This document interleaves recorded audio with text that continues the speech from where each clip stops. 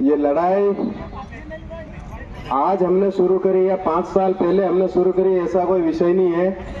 हजारों वर्षों से ये लड़ाई चली आ रही है। 1000 साल पहले मुगलों से लड़ाई हुई थी, तब ना कोई संगठन था ना कोई सरकार थी, फिर भी मुस्लिमों से, जो उनको मुगल बोला जाता है, उनसे लड़ाइयां लड़ी।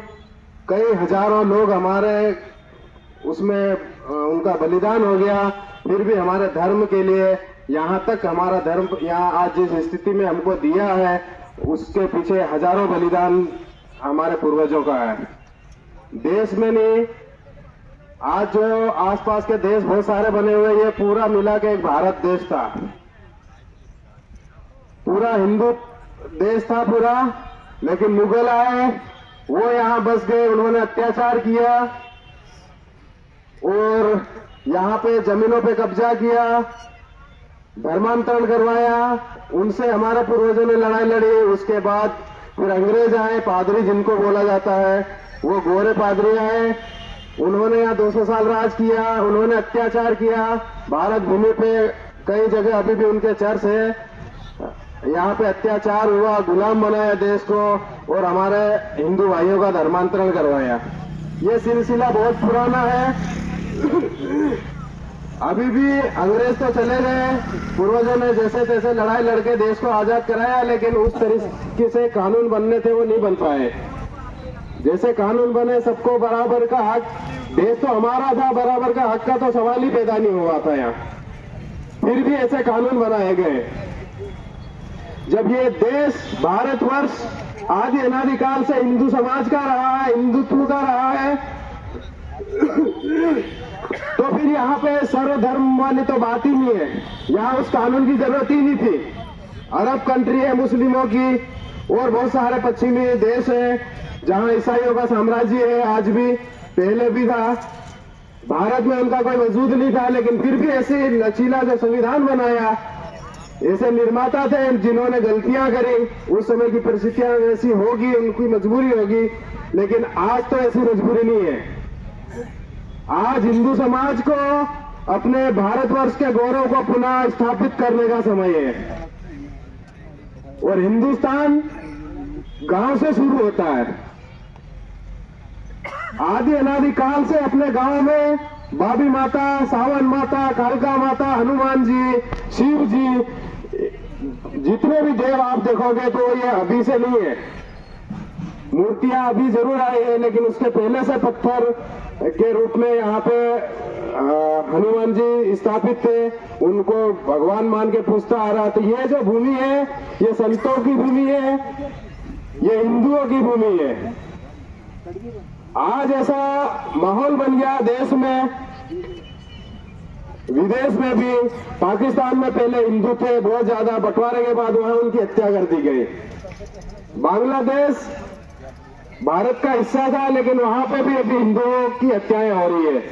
माता बहनों की इज्जत आबरू लूटी जा रही है, मंदिर तोड़े जा रहे हैं। इसके पीछे का रहस्य समझना है। हिंदू बहुसंख्यक है, वहां ये अल्पसंख्यक के रूप में जरा से वहां है, साइलेंट रहेंगे, अंदर अंदर उनकी योजना चलती है। ईसाई हो, मुसलमान, कोई भी हो, वो तैयारी करते हैं संख्या की। जैसे संख्या में जब बैलेंस बनता है, बराबर की स्थिति बनती है या थोड़ी सी कम ज्यादा होती है, तो ये अपनी औकात पे आ जाते हैं। उनका लक्ष्य है फिर से पुनः भारत पे कब्जा करना, हिंदू समाज को प्रताड़ित करना, फिर से गुलाम बनाना, धर्मांतरण करवाना, मार काट मचाना, मंदिरों को तोड़ना। तो आज हमको सचेत होने की जरूरत है। जो लड़ाइयां अपन गांव में लड़ रहे हैं, ये कोई मेरे घर की लड़ाई नहीं है, ना मेरे गांव की लड़ाई है, ना मेरे समाज की लड़ाई है। ये पूरे हिंदुस्तान की लड़ाई है, पूरे हिंदू समाज की लड़ाई है। हर हिंदू को इस लड़ाई में आगे आना पड़ेगा। जितनी कोशिश हम कर सकते हैं कर रहे हैं, लेकिन अभी भी काम उस लेवल तक जा नहीं रहा है। आज शासन अनुकूल है, केंद्र और राज्य, लेकिन अब हमको आवाज बुलंद करनी होगी। यहाँ के जिला जो लेवल पे अपना जो पार्टी के लोग हैं, उन सभी को अब ध्यान देना पड़ेगा कि समय है, जाग जाओ, नहीं तो आने वाले समय में यहाँ पे हिंदू फिर से अल्पसंख्यक होने की कगार पे है। जो धर्मांतरण हो रहा है, एक तो हमारी सीधी संख्या घट रही है, दूसरी वो हमारी जो घट रही वो उनके खेमे में जाके बढ़ रही है। ये जो विषय है ये राजनीतिक विषय नहीं है, तो इस विषय को समझना है। ये हमारी लड़ाई है विदेशी आक्रांताओं के खिलाफ, विदेशी मिशनरी के खिलाफ। हमारी लड़ाई विदेशी संस्थाओं के एजेंडे के खिलाफ है। और विदेशी जो लोग हैं, संस्थाएं हैं, मिशनरी की मूवमेंट है, वो यहाँ के लोगों को धर्मांतरित करके हमारे सामने खड़ा कर रहे हैं। फूट डालो, शासन करो। अभी धर्मांतरण करके वो हमारे खिलाफ खड़े कर रहे हैं। उनका इरादा आप नहीं जानते हैं, बहुत भयानक है। बांग्लादेश को देख लो आप। इसीलिए लड़ाई लड़नी पड़ेगी और राज्य सरकार, केंद्र सरकार तक अपनी बात पहुंचाने के लिए अपने को अब जोरदार तरीके से संगठित होकर आवाज उठानी पड़ेगी। और ये लड़ाई हम छोड़ ही नहीं सकते हैं, क्योंकि भारत के अलावा हमारे लिए कोई देश नहीं है। ईसाइयों के कई कंट्री है, मुस्लिमों का कई देश है, हमारे पास एक ही देश है भारत। और अपना अपना गांव जो है वो एक ही गांव है। दूसरे गांव में कहां जाओगे, हर गांव में ईसाई हो जाएंगे। तो ये भगत नगद वाली लड़ाई नहीं है, ये पूरे हिंदू समाज वाली लड़ाई है। इसलिए भगत नगद का भेद भी खत्म करना है, एकजुट होना है, संगठित होना है। और जातिवाद बहुत ज्यादा जहर फैल रहा है, विधर्मी लोग तरह तरह के एजेंडे ला रहे हैं, जातिवाद से भी समाज को तोड़ रहे हैं, गुमराह कर रहे हैं। उनसे भी सतर्क रहना है, बचना है और मुंह तोड़ जवाब भी देना है। हमेशा सीना आगे करके खड़ा रहना बहादुरी नहीं होती है। जहां पे अपने को दिमाग से लड़ना हुआ, दिमाग से लड़ना। जहां ताकत की जरूरत होगी उस दिन तो सारी 206 हड्डियां तोड़ देंगे अपन। लेकिन जहां दिमाग की जरूरत है वहां दिमाग से भी चलना पड़ेगा। और धर्मांतरण मुक्त झाबुआ अभियान के 6 चरण हो चुके हैं और काफी सफल रहे हैं। कई चर्च बंद हुए, 60-70 पादरी जेल गए हैं। 7वां चरण भी नजदीक है, जैसे माहौल बनेगा अपन शुरू करेंगे। और हमारे पास आदेश है, इस बार 6ठे चरण में जो चर्च बंद हुआ, पादरी जेल गया, उसके पहले हमारे पास एक मजिस्ट्रेट लेवल का आदेश आया था 2020-21-22 में कि जिले में जितने भी अवैध चर्च है उनकी जांच की जाए। पहले जांच होने के बाद अगर अवैध है तो उनको तोड़ा जाए। और गांव-गांव जो सामूहिक धर्मांतरण हो रहा है, जिसको ये लोग प्रार्थना बोलते हैं, प्रार्थना और प्रार्थना कुछ नहीं होता है, क्योंकि हिंदू के गांव में प्रार्थना करने वाला तो ईसाई रहेगा ना, तो वहाँ ईसाई धर्मांतरण होता है। लेकिन चालाकी से इन लोगों ने सिस्टम को गुमराह कर रखा है।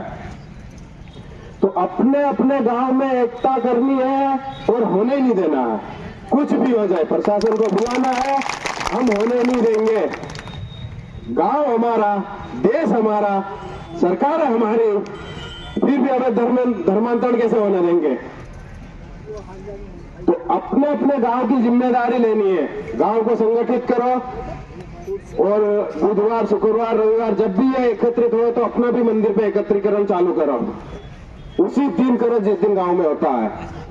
पूरा गांव मिलके जाओ, नहीं होने देंगे, बात खत्म। गांव हिंदू का है, कोई ईसाई का नहीं है। अगर कोई ज्यादा करता है तो पुलिस प्रशासन से एक ही सवाल, इनके हमको कागज बता दो बस, ये ईसाई है, इनके पास चर्च है, इस बात का हमको कागज दिखा दो, लड़ाई खत्म हो जाएगी।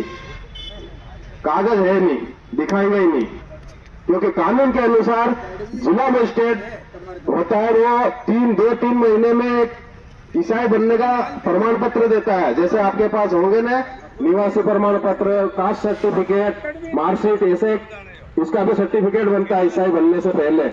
वो किसी के पास नहीं है, न चर्च की अनुमति है। ये सब गैर कानूनी, इसको रोकना है और एक दिन तोड़ेंगे जरूर, चाहे कुछ भी हो जाए। और तब तक रुकना नहीं है, बढ़ते ही चले जाना है। और आज इसी विषय को लेके हम थाने पे आवेदन देके पूरे क्षेत्र में, थाना क्षेत्र में जितने भी चर्च है उनको बंद करने की मांग करेंगे। और जो पादरी बिना कागज के बन गए हैं उनको जेल में डाला जाए, ये विषय लेके हम जाएंगे।